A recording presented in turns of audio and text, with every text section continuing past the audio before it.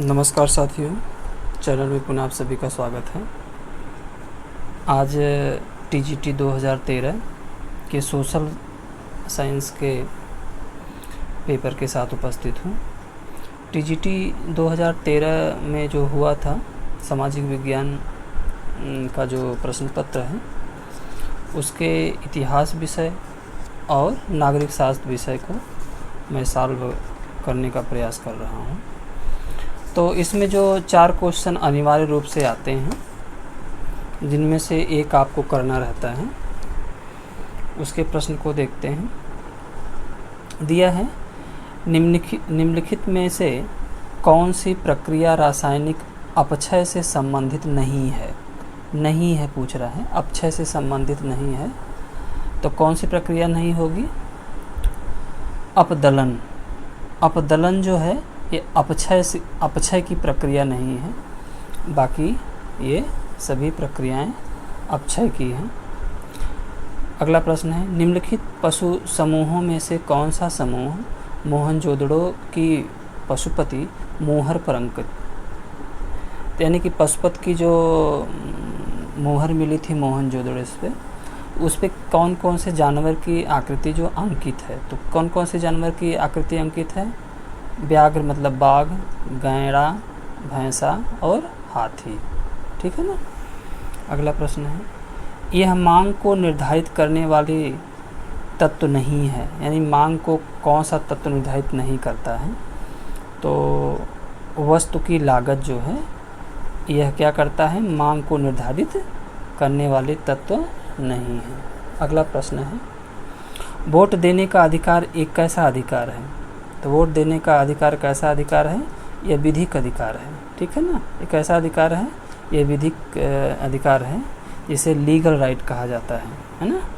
ये विधिक अधिकार है। अगला प्रश्न है,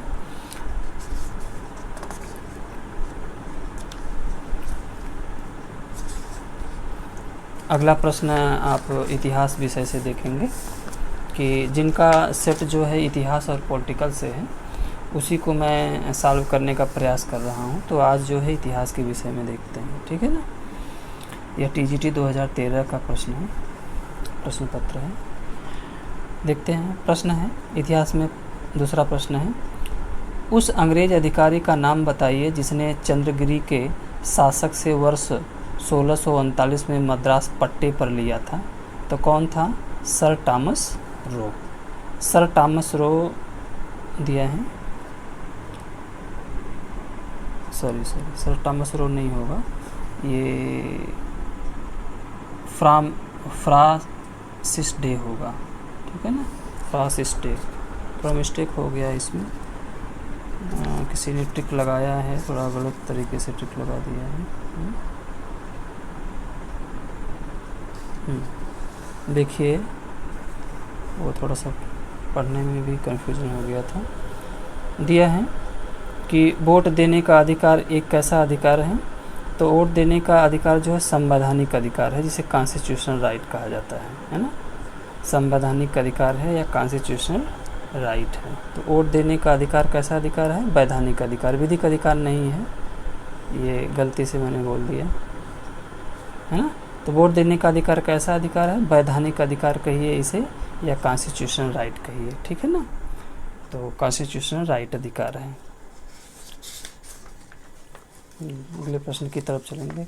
हाँ, प्रश्न जो मैंने पहला बोला था कि पूछा है कि उस अंग्रेज अधिकारी का नाम बताइए जिसने चंद्रगिरी के शासक से वर्ष 1639 में मद्रास पट्टे पर लिया था। तो इसका सही आंसर होगा फ्रांसिस डे। फ्रांसिस डे है ना।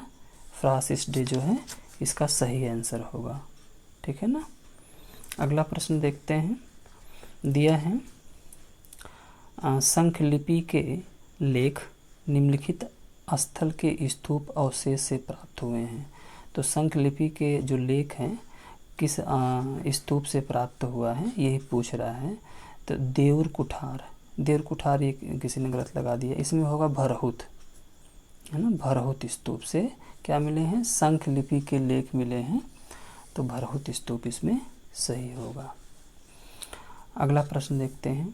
दिया है जिल अल्लाह जो राज्याधिकार संबंधी अवधारणा है किससे संबंधित है?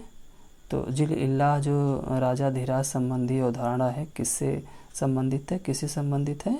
यह बलबन से संबंधित है, बलबन से संबंधित है। अगला प्रश्न है, वह कौन सा प्रथम राज्य था जिसके विरुद्ध अलाउद्दीन खिलजी ने हमले की शुरुआत की थी? तो प्रथम राज्य कौन था? रणथंभौर, है ना, ये सही आंसर है। अगला प्रश्न है, चतुष्पाद शिव प्रतिमा कहाँ है? तो चतुष्पाद शिव प्रतिमा जो है कहाँ है? यह कहाँ है? खजुराहो में, ये इम्पोर्टेंट है, खजुराहो में चतुष्पाद शिव प्रतिमा है, बनाई गई है। अगला प्रश्न है, अहमद शाह ने 1748 में सफदरजंग को किस पद पर नियुक्त किया था? तो अहमद शाह ने 1748 में सफदरजंग को किस पद पर नियुक्त किया था? किस पद पर? साम्राज्य का वजीर के पद पर, है ना, साम्राज्य के वजीर के पद पर सफदरजंग की नियुक्ति हुई थी, है ना। अगले प्रश्न की तरफ चलेंगे। दिया है, निम्न में से कौन भारतीय राष्ट्रीय कांग्रेस के स्थापना अधिवेशन में उपस्थित नहीं था? यानी कि जिसने भारतीय राष्ट्रीय कांग्रेस की स्थापना या अध्यक्ष के रूप में कभी नामित नहीं किया गया है, तो सुरेंद्र नाथ बनर्जी होंगे, ठीक है ना। अगला दिया है प्रश्न, जीव शिव हैं, इस सिद्धांत का प्रचलन किसने किया था? तो जीव शिव हैं, इस सिद्धांत का प्रचलन किसने किया था? रामकृष्ण परमहंस ने किया था, तो रामकृष्ण परमहंस सही है। अगला है, निम्नलिखित में से कौन सा केंद्र भारत में डच वाणिज्यिक केंद्र नहीं था? तो डच वाणिज्यिक केंद्र नहीं था, यह नहीं था हुगली, है ना, हुगली यही डच वाणिज्यिक केंद्र नहीं था। अगला प्रश्न है, किस मूर्ति कला में सबसे पहले रामायण के दृश्य प्रकट होते हैं? तो किस मूर्ति कला में?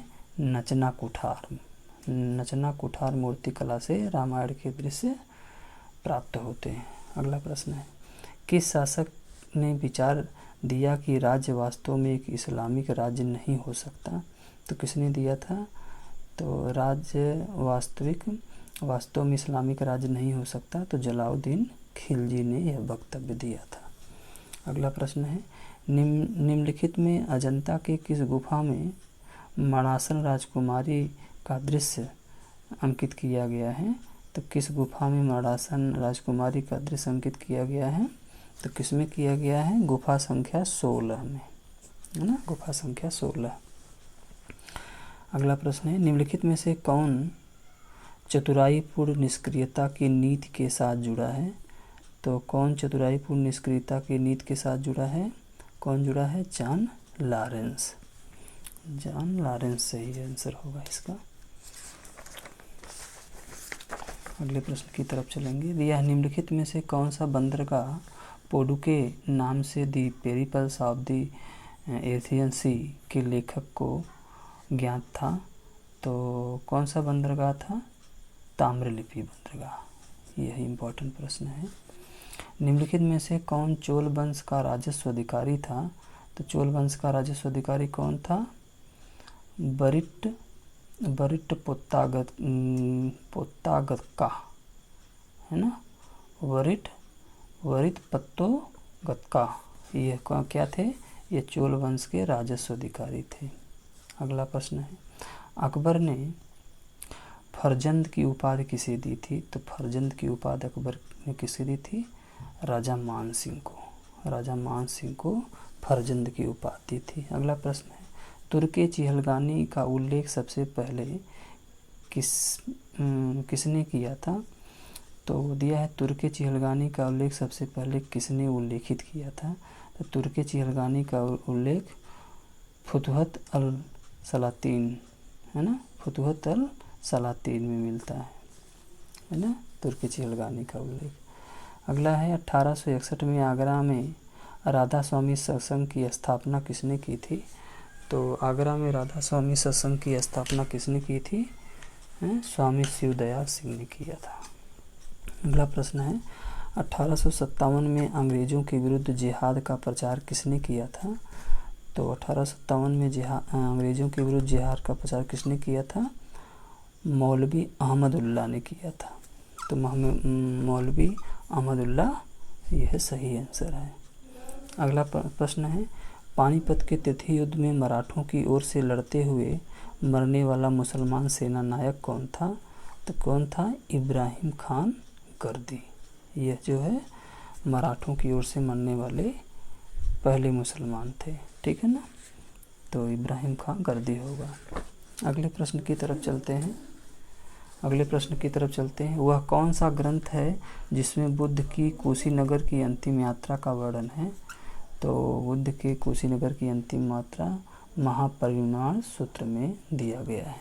अगला प्रश्न है, गंगा अवतरण का दृश्य कहाँ चित्रित है? तो गंगा अवतरण का दृश्य कहाँ चित्रित है? मामल्लपुरम में, ठीक है ना।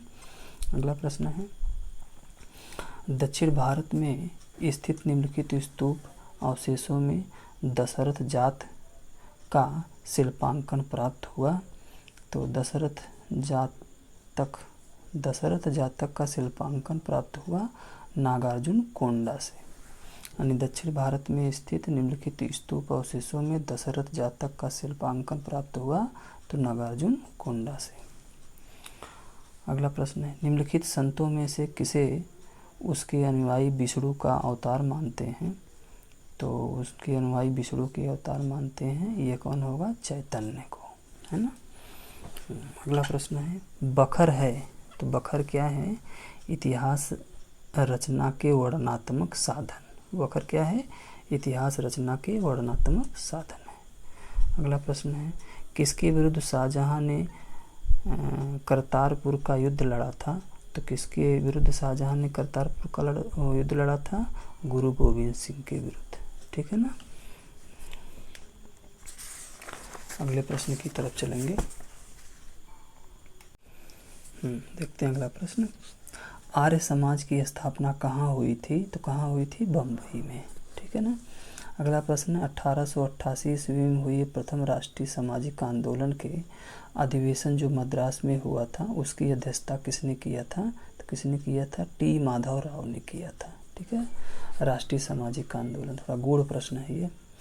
अगला प्रश्न है, सुल्तान मोहम्मद बिन तुगलक के शासन क्षेत्र को हिंद और सिंध शब्द का प्रयोग किसने किया था? तो किसने किया था? इब्न बतूता ने, है ना। हिंद और सिंध शब्द का प्रयोग किया था। अगला प्रश्न है, वली और अमीर के पदों को किसने पृथक किया था? तो वली और अमीर के पदों को किसने पृथक किया था? मोहम्मद बिन तुगलक ने। अगला प्रश्न है, एनी बेसेंट द्वारा प्रारंभ किया गया स्वराज शासन आंदोलन का लक्ष्य क्या था? तो एनी बेसेंट द्वारा जो शुरू किया गया था स्वराज शासन आंदोलन, इसका लक्ष्य क्या था? भारत के लिए स्वशासन प्रारंभ करना। अगला प्रश्न है, महावीर जैन ने किस भाषा में अपना प्रवचन दिया था? तो महावीर जैन ने किस भाषा में अपना प्रवचन दिया था? तो किस भाषा में? अर्धमगधी में। इम्पोर्टेंट प्रश्न है ये, अर्धमगधी में। अगला प्रश्न है, सुल्तानगढ़ी किसका मकबरा था? तो सुल्तानगढ़ी का मकबरा जो है नासिरुद्दीन महमूद का मकबरा था। अगला प्रश्न है, निम्नलिखित में से अशोक का कौन शिलालेख धार्मिक सामंजस्य के विषय में कहता है? तो अशोक का कौन सा शिलालेख धार्मिक सामंजस्य के विषय में कहता है? ब्राह्मा शिलालेख। इम्पोर्टेंट प्रश्न है, किस मंगोल सेनापति ने अलाउद्दीन खिलजी को हराया था? तो किसने हराया था? तरगी ने, है ना। तरगी ने अलाउद्दीन खिलजी को हराया था। अगला प्रश्न है, सर्वकर किस पर लागू होता था? तो सर्वकर किस पर लागू होता था? जल आपूर्ति बनाए रखने पर लागू होता था। जल आपूर्ति बनाए रखने के लिए सर्वकर लगता था। अगला प्रश्न है, तमिल कवियों के तीसरे संगम की पीठ कहाँ थी? तो तीसरे संगम की पीठ कहाँ थी? मदुरई में, है ना। अगला प्रश्न है, रॉबर्ट क्लाइव ने मुगल शासक से बंगाल, बिहार और उड़ीसा की दीवानी किस वर्ष स्वीकार की थी? तो 1765 में। अगला प्रश्न है, नादिर शाह द्वारा बंदी बनाया गया मुगल बादशाह था, कौन था? तो कौन था मुगल बादशाह? मोहम्मद शाह, है ना। अगला प्रश्न है, दारा सिकोह को मुलहिद किसने कहा था? तो दारा सिकोह को मुलहिद किसने कहा था? औरंगजेब ने मुलहिद कहा था, ठीक है ना। अगला प्रश्न है,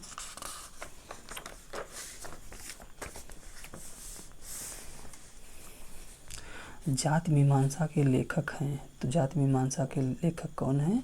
श्री नारायण गुरु, ये जाति मीमांसा के लेखक। अगला प्रश्न है, कौन सा दिल्ली सुल्तान हिंदू योगियों और मुस्लिम फ़कीरों के साथ बातें की? तो दिल्ली का कौन सुल्तान था? ये मोहम्मद बिन तुगलक था, जो योगियों और फ़कीरों दोनों से धर्म पर चर्चा किया करता था। अगला प्रश्न है, चोल सम्राटों के अधीन कुर्रम क्या था? तो कुर्रम क्या था? कुछ ग्रामों का समूह ही कुर्रम होता था। अगला प्रश्न है, रुद्रमा देवी किस वंश की रानी थी? तो रुद्रमा देवी किस वंश की रानी थी? वारंगल के काकतीय वंश की रानी थी ये, ठीक है ना। अगला प्रश्न है, कांग्रेस ने मुसलमानों के लिए पृथक निर्वाचन मंडल स्वीकार किया? तो लखनऊ समझौते में स्वीकार किया था पृथक निर्वाचन मंडल। अगला प्रश्न है, उस गुप्त और वाकाटक रानी का नाम उल्लेखित कीजिए जिसने अनुदान स्वरूप भूमि दी थी? तो प्रभावती गुप्त ने, है ना।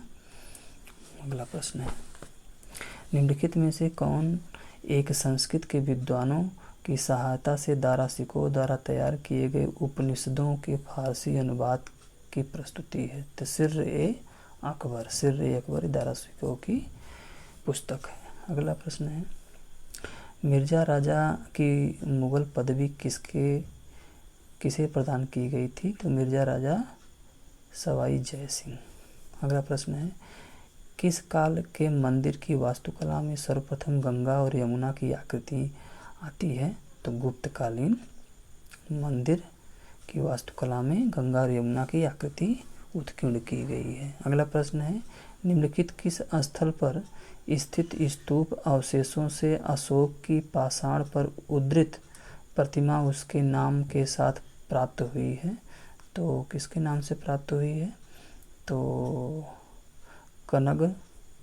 कनगनहल्ली के नाम से उत्कीर्ण हुई है ना प्रतिमा। दिया है कि किस स्थल पर स्थित स्तूप अवशेषों से अशोक की पाषाण पर उद्धृत प्रतिमा उसके नाम के साथ प्राप्त हुई है? तो कनगनहल्ली के नाम से। अगला प्रश्न है, निम्नलिखित में से किस अधिवेशन द्वारा भारत के गवर्नर जनरल को अध्यादेश जारी करने की शक्ति प्रदान की गई है? तो भारत के गवर्नर जनरल को अध्यादेश जारी करने की शक्ति प्रदान की गई है भारतीय परिषद अधिनियम 1861 में। अगला प्रश्न है, निम्नलिखित में से किस भाषा में विजयनगर के शासक कृष्णदेव राय ने अपनी सुप्रसिद्ध ग्रंथ अमृतमाल्यम की रचना की गई है? तो अमृतमाल्यम जो की रचना की गई है तेलुगु भाषा में, है ना। अगला प्रश्न है, सबसे पहले 4 आश्रमों का वर्णन आया है तो वह उपनिषद कौन सा है? तो चारों आश्रमों का जो वर्णन आया है जावलोपनिषद में आया है। जावलोपनिषद में आया है। 4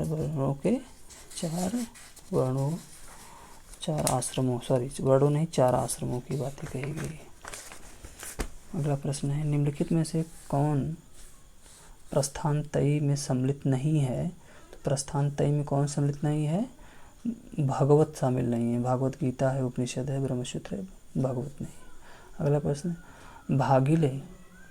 भागीलय की मुद्राएं निम्नलिखित से प्राप्त हुई हैं? तो भागीलय की मुद्राएं किससे प्राप्त हुई हैं? गोदावरी कृष्णा घाटी से, है ना। निम्नलिखित में से किसके प्रयासों द्वारा मद्रास प्रेसिडेंसी में देवदासी प्रथा का उन्मूलन हुआ था? तो किसके? ये तो गूढ़ प्रश्न है, देखिए। तो मुट्टुलक्ष्मी रेड्डी के प्रयासों से देवदासी प्रथा का अंत हुआ था मद्रास प्रेसिडेंसी में। अगला प्रश्न है, चालुक्य और होयसल वंश के मंदिर किस शैली में निर्मित हैं? तो चालुक्य और होयसल वंश के मंदिर किस शैली में निर्मित है? बेसर शैली में। अगला प्रश्न, निम्नलिखित में से किसने धर्म महाराज की उपाधि धारण की थी जिसका औचित्य उसके द्वारा अश्वमेध सहित अनेक वैदिक यज्ञों के संपादित करने से सिद्ध होता है? तो प्रवरसेन प्रथम, है ना। तो धर्म महाराजा की उपाधि धारण की थी प्रवरसेन प्रथम। अगला प्रश्न है, सुभाष चंद्र बोस के त्यागपत्र के बाद भारतीय राष्ट्रीय कांग्रेस का अध्यक्ष कौन था? तो उनके त्यागपत्र के बाद राजेंद्र प्रसाद हुए थे भारतीय राष्ट्रीय कांग्रेस के अध्यक्ष। अगला प्रश्न है, जावाबित थे, जावाबित कौन थे? तो जावाबित जो थे यह राज कानून था, है ना, जावाबित राज कानून था। अगला है, बेसिन की संधि 1802 में किसके बीच हुई थी? तो बेसिन की संधि जो है अंग्रेज थे और पेशवा बाजीराव द्वितीय के मध्य हुई थी। अगला प्रश्न है, वह कौन सा हिंदू चित्रकार था जो जहांगीर द्वारा ईरान के शाह अब्बास प्रथम का छायाचित्र बनाने के लिए भेजा गया था?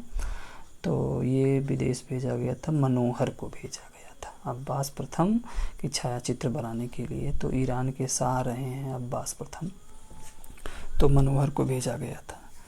चलिए ठीक है, जैसा कि मुझे विश्वास है कि वीडियो आपको अच्छी लगी होगी, तो आप वीडियो को सब्सक्राइब करना, शेयर करना ना भूलिएगा। तब तक के लिए बहुत बहुत शुभकामनाएं, बहुत बहुत धन्यवाद।